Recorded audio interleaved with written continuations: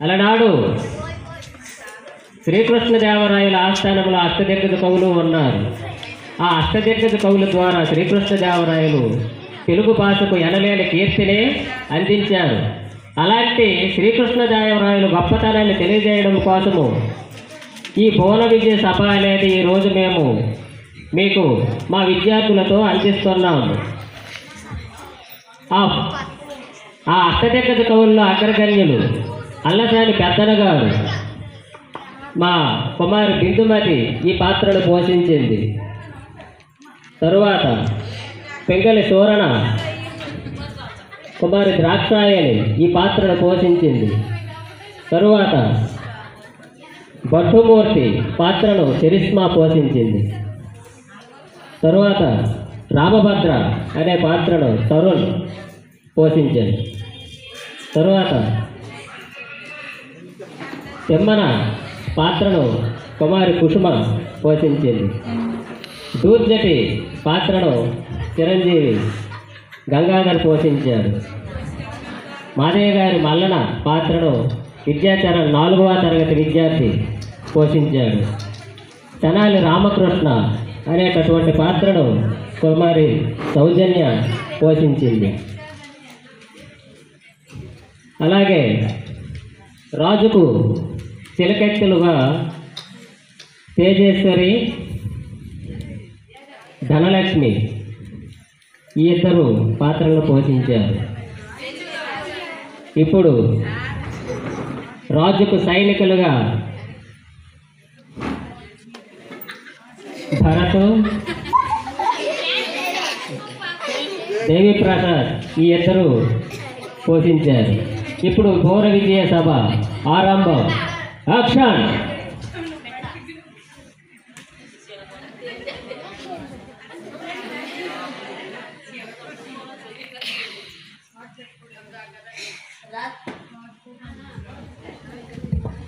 రాజాదిరాజ రాజమార్తాండ సాహిత్య సమరంగ సార్వభౌమ శ్రీ శ్రీ శ్రీ శ్రీకృష్ణదేవ వారు ఇచ్చేస్తున్నారు.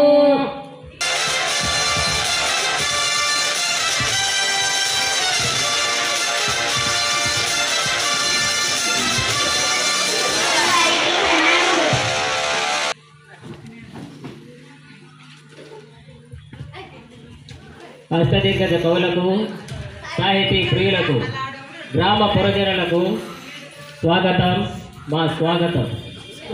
మా ఈ పాలనలో జానపదులు సైతం ఎంతో ఆనందంగా ఉన్నారు. అలాంటి జానపదులు కొన్ని జానపద సమస్యలను ఇచ్చి ఉన్నారు. ఆ సమస్యలను ఈ భువన విజయ సభలో కృష్ణుల యొక్క చిక్కులను విప్పి మీరంతా ఈ భువన విజయ సభను రంజింపజేయవలసినదిగా కోరుకుంటున్నాం.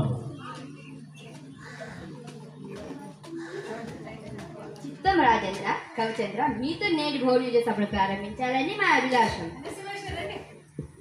మీ ఆలోచన నిజమే పెద్దనా మాస్టర్, కానీ ప్రభువుల ఏలుబడిలో ఎన్నో భాషలు ఉండగా తెలుగు భాషపై ఎంత మక్కువ చూపడానికి గల కారణం ఏమిటో? అదేమిటి సూరణ కవి, అలాంటివి మందార మకరందములు సైతం జాలువారినటువంటి ఈ తెలుగు భాషను మెచ్చని వారుందురే. తెలుగు ఎలా అందువా అటులైనా తెలుగు యాలన్న దేశంబు తెలుగేను, తెలుగు యాలన్న దేశంబు తెలుగేను, తెలుగు వల్ల పొందను దండ ఎల్లరుపుల గొలువ ఎరుగవే పాషాడి, ఎల్లరుపుల గొలువ ఎరుగవే పాషాడి, దేశ భాషలందు తెలుగు లెస్స, తెలుగే లెస్స. అలాంటి తెలుగు భాషను మెచ్చని వారు ఎవరు ఉంటారు సూరణ కవి? చిత్తం ప్రభు, మీ అభిప్రాయమే మా శిరోధారి. పెద్దనామాధ్య, ఈరోజు ఈ భువన విజయ సభను మీతోనే ప్రారంభించుతున్నాను. ముందు సమస్య మీకే ఇచ్చుతున్నాను. అగ్రజానజులై అనుజాగ్రజులుగా. ఆహా ఏమి సమస్య? అన్నదమ్ములు తమ్ముడు అన్నారు అయ్యారా ప్రభు. నా పూరణ ఇదిగోండి. పుష్యమీన్ భరతజ్ఞుడు పుట్టినాడు, మనసి లక్ష్మణుడు దాశ్లీష పుట్టినాడు. భరత లక్ష్మణ క్రమమిది తెరచి చూడ, అగ్రజారనే అనుజాగ్రజులుగా. కానీ లోక వ్యవహారం రామ లక్ష్మణ భర్త శత్రుఘ్నులనే ఉంటుంది. బల చెప్పితివి పెద్దరామాత్య బల. ముందుగా రాముడు పుట్టాడు, తరువాత భరతుడు పుట్టాడు, తరువాత లక్ష్మణుడు, తరువాత శత్రుఘ్నుడు పుట్టాడు. కానీ నీవు చెప్పిన విధముగా రామ లక్ష్మణ భరత శత్రుఘ్నులనే లోకరీతి ఉన్నది. బల పెద్దరా బల.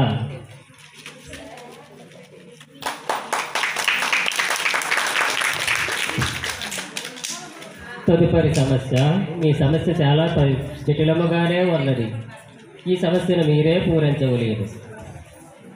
కరినెత్తుకపోయి ఎలుక కలుగున తినియన్. భక్తు పూర్తి మరొక్కసారి ఈ సమస్యను వినుమా. కరినెత్తుకపోయి ఎలుక కలుగున తినియన్. ఈ సమస్యను పూరించండి.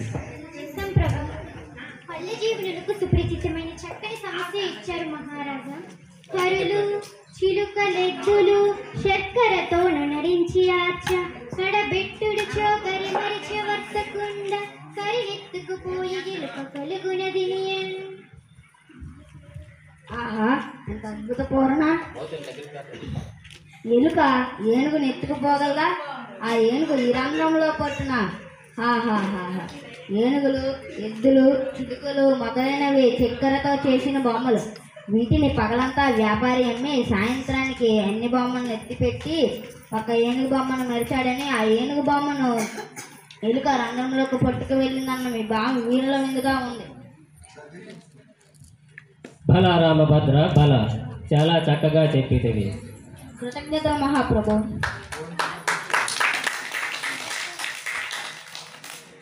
ముక్కుతే మన తరువాత సమస్య నీకే ఇచ్చుతున్నాను. ఈ సమస్యను కొంచెం జటిలముగానే ఉండును, హాస్యాస్పదముగానే ఉండును. కాస్త నువ్వే చూసుకురు. గాడిద ఏచం గదన్నగర సంపన్న. చెప్పేసరి కదా. గాడిద ఏచం గదన్నగర సంపన్న. ఈ సమస్యను పూరించండి.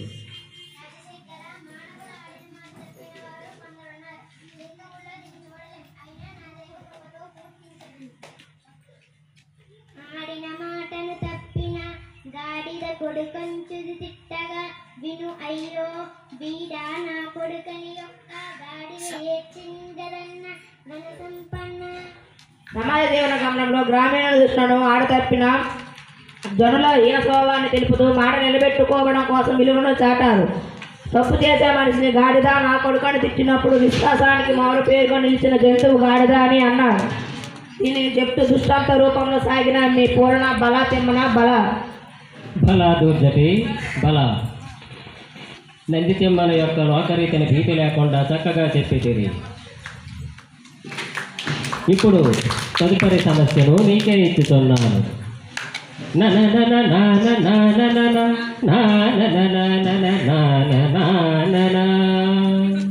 ఈ సమస్యను పూరించండి. అక్షయ విన్యాసం తప్ప అర్థం లేని సమస్య ఇస్తారు, కానీ చక్కని పూర్ణ ఇస్తాను. ఇదిగోండి.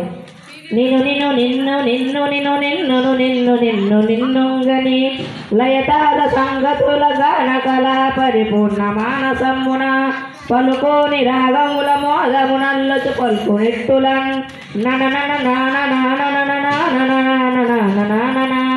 ఫల ఫల దూర్జటి ఫల. కృతజ్ఞతలు మహారాజా. బల దుర్జటి బల. శ్రీకాళహస్తీశ్వర వర ప్రసాదానికి ఐదువంగా పొందిన దుర్జటి భవన విజయ కవులకి జ్ఞానపదం కవుల కావ్య సాహిత్యాన్ని గొప్పతనాన్ని గుర్తించి పరమ పనులు చేసుకుంటూ కూడా దయ తాళని అనే మిక్కిలి సంతోషంతో కోడి రాములు అనుకుని స్థితిని కళ్ళకు పెట్టితివి. బల మల్లన బల. దూర్జటి రచయిత చెప్పినటువంటి పద్యానికి చక్కగా చెప్పేది సారాంశాన్ని. కృతజ్ఞతలు మహాప్రభు. రామకృష్ణ, నీ పదగుంపనాన్ని మేము ఎరుగుదాము. మేక తోక అనేటటువంటి ఈ దత్తపదులతో ఒక చక్కని శీస పద్యాన్ని పూరించుము. దేవరా, నన్ను ఆదేశిస్తే నేను కాదంటానా? ఆలకించండి మహాప్రభు. మేక తోకకు మేక తోక మేకకు మేక, మేక తోకకు తోక తోక మేక, మేక తోకకు తోక తోక మేకకు మేక, మేక తోకకు తోక తోక మేక, మేక తోకకు మేక తోక మేకకు మేక, మేక తోకకు తోక తోక మేక, మేక తోకకు మేక తోక మేకకు మేక, మేక తోకకు తోక తోక మేక, మేక తోక తోక తోక తోక తోక మేక, మేక తోక తోక తోక తోక తోక మేక, మేక తోక తోక తోక తోక తోక మేక, మేక తోక తోక తోక తోక తోక మేక. ఫల రామకృష్ణ ఫల చాలా చక్కగా చెప్పేది. వీరు సామాన్యులు కాదు రామకృష్ణ.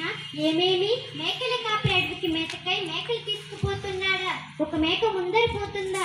ఆ మేకకు తోక వెనుక భాగాన ఉంటుంది. ఆ తోక వెనుక మరొక మేక ఉంది. ఇలా మేకల మంద పోతున్న తీరున మేక తోక అన్న దత్త పదాలతో చక్కగా చిక్కగా చెప్పారు. రామకృష్ణ కవి మీ కత్తికి రెండు వైపులా పొందినా మరి, అందుకే మీరు వికటగా అయ్యారు. రామభద్ర చాలా చక్కగా చెప్పేది. జానపదుల చుట్టూ జానపదులే మరి బాగు. మహారాజా, ఇప్పుడు తదుపరి సమస్య మీకే ఇచ్చుతున్నాను. గోలకొండ, మూలముండ, పూలదొండ, కొత్తకొండ ఇలాంటి పదాలతో భారతంలో ఉన్నటువంటి ఒక పద్యాన్ని పూరించండి. చిత్తం మహాప్రభ. రామ్ భక్తులైన నాకు భారతార్థం పూర్ణనిచ్చారు, పూర్ణ చేసేదని. ఓ ఈ కురురాజా నీ కొడు గొత్తగోల కొండగల నుండు వినుమూల ఉండదింక బండనమ్మున గెలిపించు పాండుచుతల నొరమురన్ బోలదండ ఏ కొత్త కొండ. ఓయి కురురాజా, నీ కొడుకు దుర్యోధను ఒక్క గొల్ల కలిగిన మన సాకారంలో కొండలా ఉంటాడు, బుద్ధిబలం లేనివాడు. నా మాట వినుము. యుద్ధం వస్తే సర్వనాశనం. సమరంలో ధర్మానికి బదులుగా పాండవులు గెలుస్తారు, నీ కుమారులు మరణిస్తారు. బల పెద్ద రామధ్య బల చాలా చక్కగా భావాన్ని చెప్పేది. సురణ కవి తదుపరి మీదే ఉంటుంది. మా కులదైవమైనటువంటి ఆ శ్రీహరి దశావతారములను గురించి చక్కగా వర్ణించండి.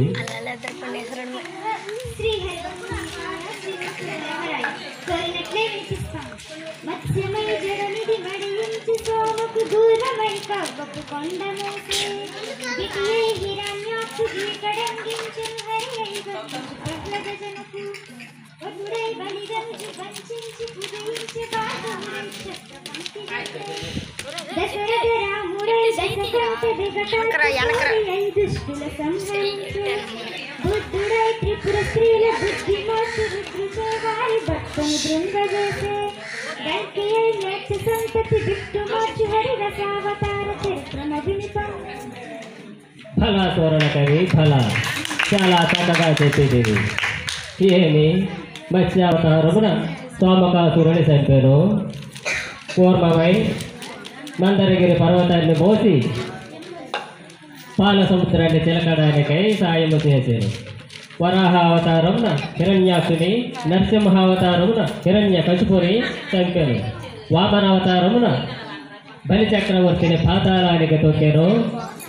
పరశురామవతారమున ఎందరో రాజుల యొక్క దర్భాన్ని అంతము చేశాను. రామవతారమున దశకంఠుడైన అసురుని వధించెను. కృష్ణావతారమున ఎందరో దుష్టులను సంహరించాను. బుద్ధుడై ఎందరో పురస్త్రీల యొక్క బుద్ధిని మార్చెను. శివుని చేత తారకాసురుని వధించెను. కల్కి అయి ఎందరో నీతిహీనులను హతమార్చెను. అలాంటి శ్రీహరి యొక్క దశావతారములను చక్కగా చిక్కగా వర్ణించేది. బాగు. స్పందనకు వందనం ప్రభు.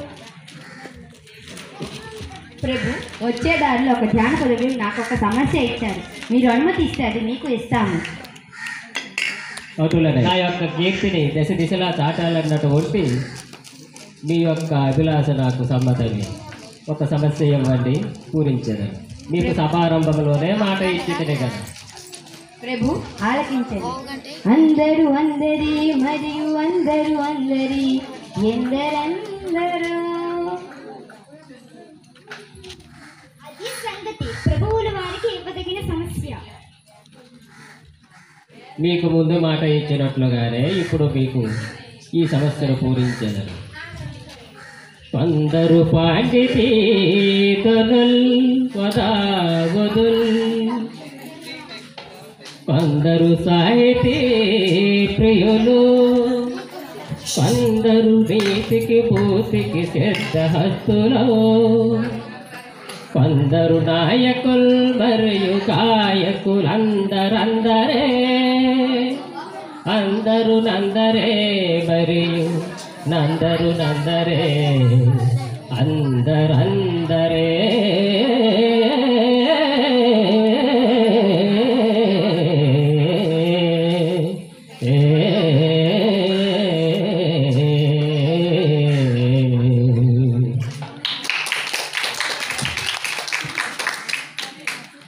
సభలో కొందరు పాండితులు, ధనం గలవారు, కొందరు నాగరికులు, ఇంకొందరు ప్రవక్తులు, మరికొందరు చాతుర్యాన్ని ఇష్టపడేవారు, నీతికి సంపదకు నిందమయ్యేవారు, ఇంకొందరు నేతలు మరియు గాయకులు. ఇలా వారిని ఉద్దేశించి చెప్పారు. మన రాజ్యంలో ప్రజల సాహసి సామ్రాజ్యాలను గుర్తిస్తూ ఎవరికి వారే గొప్ప అని అర్థం. బలా తిమ్మర కవి బలా చాలా చక్కగా చెప్పింది. అష్టదిగ్గజ కవులారా, నేటి ఈ భువన విజయ సభలో మీరంతా చాలా చక్కగా చెప్పింది. నేడు ఈ భువన విజయ సభకు ఈ రోజుతో స్వస్తి పలుకుతున్నారు. బలా మళ్ళీ తరువాత సభలో కలుసుకుంటుంది.